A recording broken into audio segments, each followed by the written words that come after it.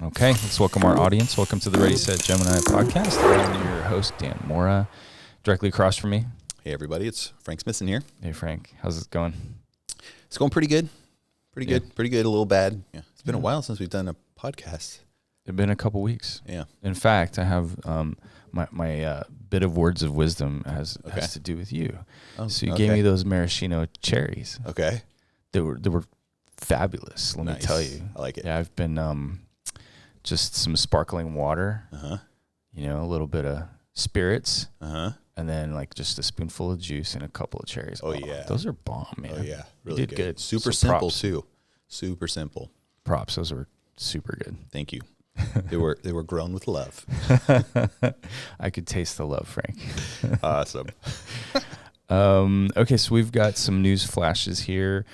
One thing I'll cover first, there's an en banc decision that's fairly recent, and this has to do with vocational rehabilitation experts. So a case got decided as 100% industrial disability based on a voc rehab report. And a judge came back and there was a, what do you call it? I don't know all these terms. I'm not an attorney, need to disclaimer that. So I'm trying to be careful on this, but it got sent up to the commissioners, the Workers' Compensation Appeal Board, and they accepted to make a ruling on this, and they overturned this decision by this vocational rehabilitation council that placed 100% disability. So I think that this had, and I'd love to hear from our audience, this is interesting, because I'd like to hear, is this common that a voc rehab report is that substantial to get a case to 100%? I've heard this before. I've heard that it is substantial, and it can, add to the case to determine.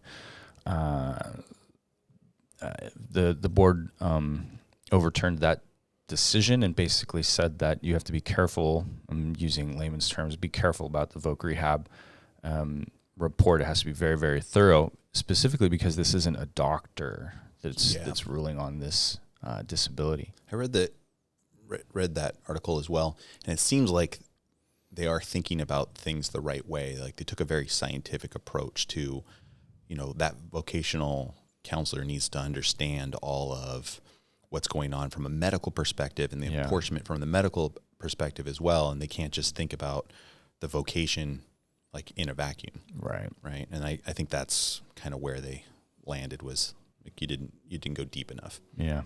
So that's one story we got. Mm-hmm. Number two. I have another one. So Daisy Bill has a blog, and the title is Medical Director, California Workers' Comp Subsidizes Corruption. Recently, the medical director of a large medical group, I guess it's kind of hidden who this actually is, sent an email to Daisy Bill explaining their decision to opt out of treating injured workers in California. It says this medical group's decision to abandon workers' compensation is a stark reminder that physicians have choices, and they are choosing to stop treating injured workers. The email explains that the financial considerations primarily drove the decision, and it was the medical group conducted an internal analysis which found that they collected only 40 cents for every dollar spent on caring for injured workers. Kind of reminds me of a copy service back in the day. And this medical group is undoubtedly not the one in similar financial straits. Not the only one in similar financial straits. Two quotes here from this hidden individual. It says, "We have no ongoing interest in subsidizing the corrupt insurance industries and the DIR under which the DWC operates, as your organization has worked tirelessly to demonstrate there is zero accountability in the work comp system." They go on to say, "I can only hope for the total collapse, implosion, and eventual restructuring in which MPN's biased profit-generating UR, corrupt bill review and downcoding, and hidden PPO reductions do not exist." Wow. Some pretty strong language there. I'd love to hear some comments and thoughts from our audience out there. This is very strong. Yeah. Wow, we'll leave it at that. I'd love to hear from our audience on that. Thirdly, we have an article here talking about federal legislation to protect federal workers. So this is a movement to accepting that physician assistants, physician associates, as they're called in other states, and nurse practitioners have the ability to treat injured workers. We read a similar article not too long ago. I think it was in Oregon that they just passed a bill that allowed the same thing for physicians assistants to be treating injured workers and write reports. So this is an interesting movement that we're seeing across the states and specifically in some states. Interesting stuff. Yeah. I know that the people that I talk to in the industry, they don't really like this idea. And I'm not really sure why. I think that they just want, I think that the big, and if I'm to guess, the big concern is that the lack of training and or lack of specialty understanding of particular injuries and could lead to not the best treatment. Yeah. So I hear that. I hear both sides, but it seems like that this is a movement hard to deny. Yep. Yeah. Interesting. I'd love to hear again from the audience what their specifics are. Yeah. All right. Ready for this is an interesting topic that we're going to cover today, because if you've listened in on the past, I don't think I've ever really had anything positive to say about insurance companies. And this one seems to be pretty interesting. Like, there's actually benefit happening with injured workers. So this is from Risk and Insurance. The title is In Conversation with Risk and Insurance, Centuries Insurance's Greg Larson, and How AI and Text Mining Can Quickly Identify Biopsychosocial Barriers to Recovery. I definitely suggest reading the article, but basically what it does is it takes a look at the injured worker's text and uses AI to recognize where there's factors that could help them increase the speed to recovery. Mm-hmm. So it's pretty amazing. It says the model includes over 200 data points, but one of the biggest pieces of this text is mining. Our models look for specific basic words around stress, anxiety, things that might be in the medical reports or conversations with the adjusters that have that they've documented filings. And they're seeing some pretty increased ability to stop delayed recovery. In fact, around 10%. Really? Yeah. So walk me through how this might work as an injured worker. I don't even understand biopsychosocial, whatever that injury is, but it sounds like it's just the stresses with workers' compensation. So if they can find patterns within their communication, they can address it early. Okay. Right. And then when they start having communication with the injured workers, they can somehow make them feel better. I don't know if it's, passing this information along to a doctor or psychiatrist, whatever. So it's inherently, baseline stressful to be injured. Number one, Mm-hmm. Be injured at work adds more stress. You've lost wages, you're seeing doctors, you're trying to navigate your life completely differently. Obviously, that's going to have stress factors. And if you can locate those stress factors early, like before it even goes into litigation, you can, get these people back up and running quicker, which is great. That's what we want. Now, there is like a little opposite side of the coin for this, which is what happens if this AI technology, which is still in its infancy but growing ridiculously fast, faster than anything that I think I've witnessed in my lifetime, in terms of like a technology taking over,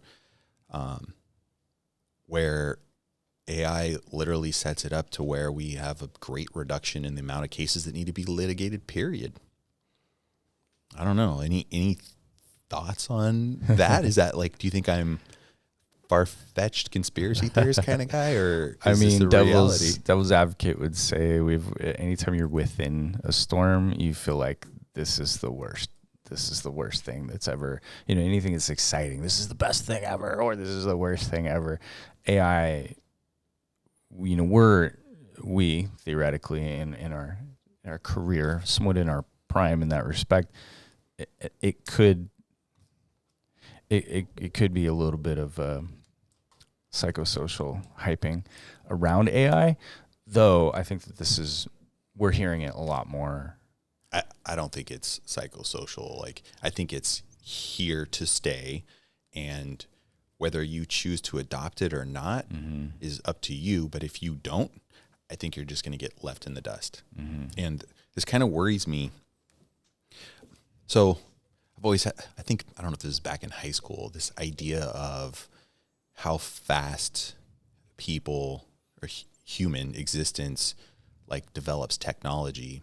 It's always been this like exponential scale, right? If you think of, when we were created as humans and then found tools, and then, the copper and bronze and iron ages, and then you finally get into the industrial age, and then you get to the technology age. The gaps between those things are really far, but then they start to shrink and get closer and closer and closer together.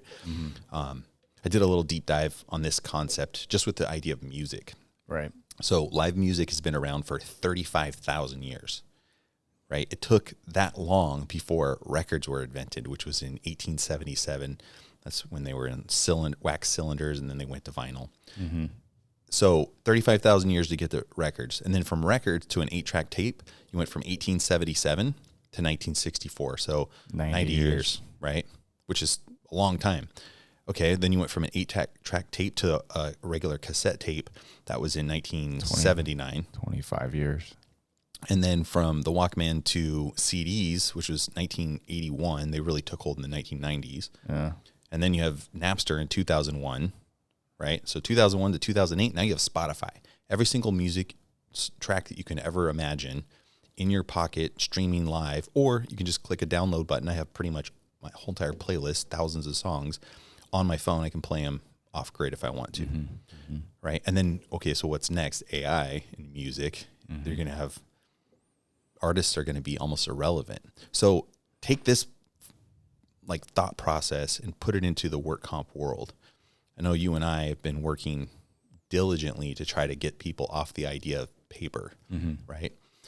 Think about the same concept. When work comp first started, they were probably using typewriters, and those lasted for a long time. And then you got a computer, and people are embracing that. And then now all of a sudden CDs come out. Oh, cool. I want a CD or a DVD with my records on it. AI is here. It's going to change workers' compensation for sure. I'm a little worried about the people that need to make a couple jumps.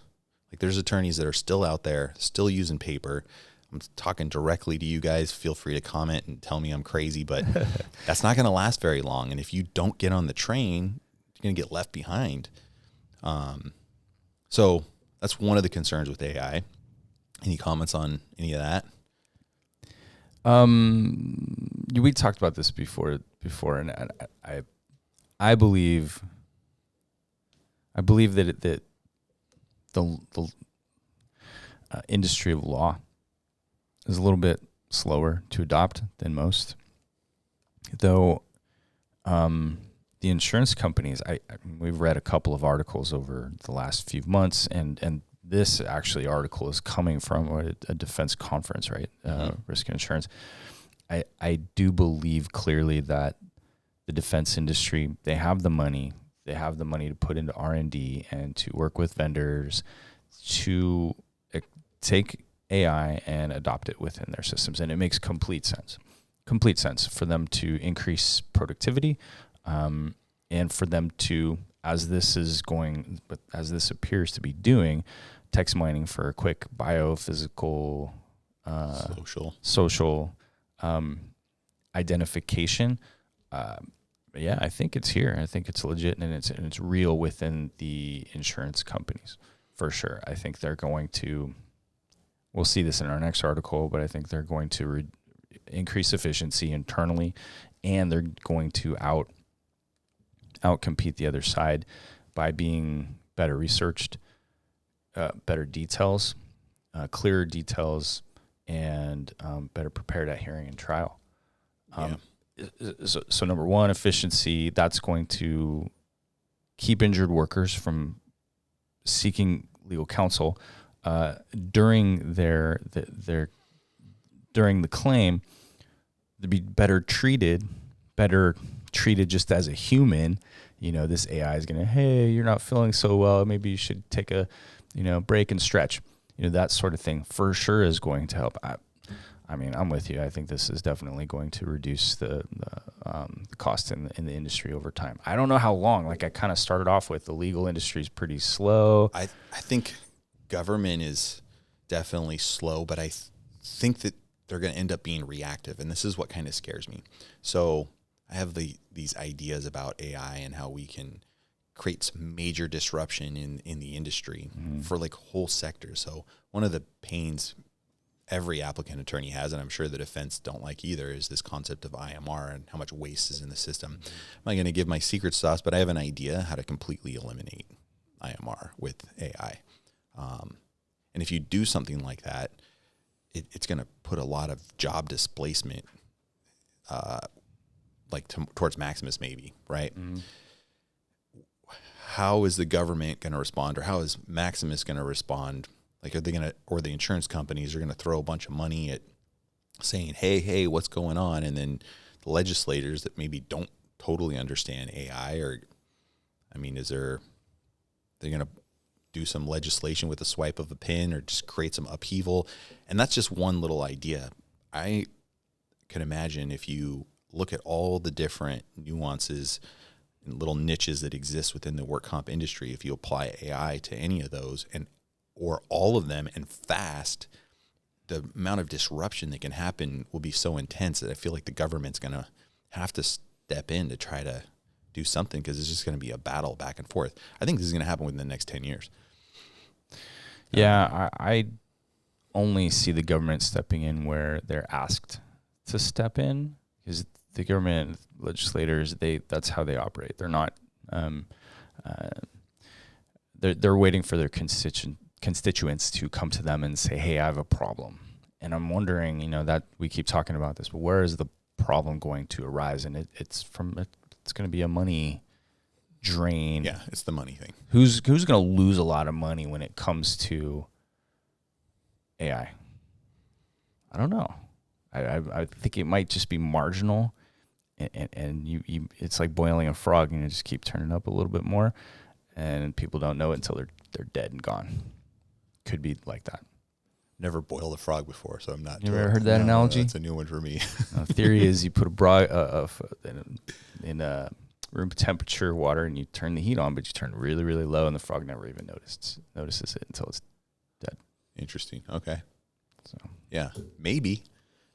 I feel like there's going to be some uproar because it's the speed, right? It's all about the speed. So that we're used to things kind of going slow. We think the work comp legislative system is slow to react, even with things like, paperless systems, right? It's still happening where people are using paper, but paperless systems have been around forever. Just the change in paperless system, I've been here for 19 years, or not, Gemini's been here for 19 years, and they've been dealing with it the whole entire time. AI is going to be so much faster than that. I think it's just going to force a response. Yeah. Anyways, let's hear from the audience members, see what they think, and any other ideas on this, or no? Okay, we'll save it for our next podcast. Sweet, appreciate it. Like, subscribe, follow, all that jazz. Thanks, Frank. Talk to you soon. Have a good one, Dan. Bye.